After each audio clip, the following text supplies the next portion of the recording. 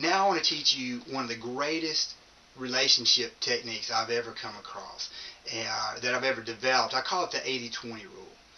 And the 80-20 rule is a technique that I developed when my wife and I were kind of struggling early on in our marriage, arguing about different things, maybe like parenting styles and things of that nature. And we had become somewhat battle weary.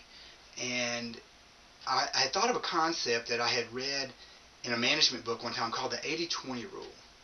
And the 80-20 rule, well, I always liked the term, and I took it and I twisted it. So my definition is actually different than the business form of it. But my version of the 80-20 rule says this: as long as your partner's doing good 80% of the time, let 20% slide. Now, most guys like this one.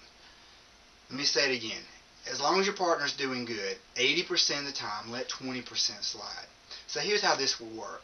Let's suppose you and your partner have had a good week, or maybe a good weekend, or perhaps a good hour. Some couples I work with, we're happy just to have a good hour to start with. And then one or the other says or does something that's messed up by your own standards. As soon as they do, all of your hurt, all your aggravation, all your frustration, the first time you laid eyes on each other, perhaps maybe 10 years ago, all of it comes back. See, nobody ever tells us this. It's all of it. Not just in this moment. It's all 10 years worth.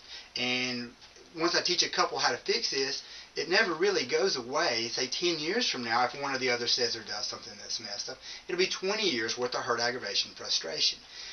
You have to learn to manage these emotions. Even great couples have times where they get aggravated and all these feelings are sparked up again. So you got to learn to manage them.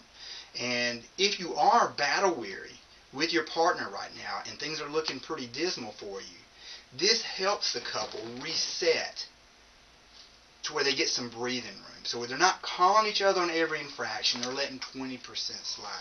So once again, let's say you're having a good week, good weekend, good hour, one or the other says or does something that's messed up. The feelings of hurt, aggravation, and frustration will hit you. And instead of saying something, I want you to go, even though I don't like what they just said or did, I'm not going to say anything. I'm not going to pout. I'm not going to unplug. I'm not going to pitch a fit. I'm not going to roll my eyes. No sound effects. They're not going to let that even bother me. Because overall, we have had a good week, good weekend, good hour. And I really want to see, is it possible? Can we get back up to this baseline? So in your head, I just want you thinking 80-20, 80-20, 80-20, 80-20.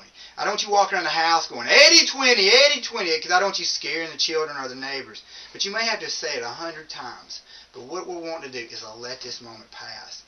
And when your partner can sense that you're letting 20% slide and you're letting up on them, or they sense that from you, you'll start seeing them doing better than the 90 percentiles.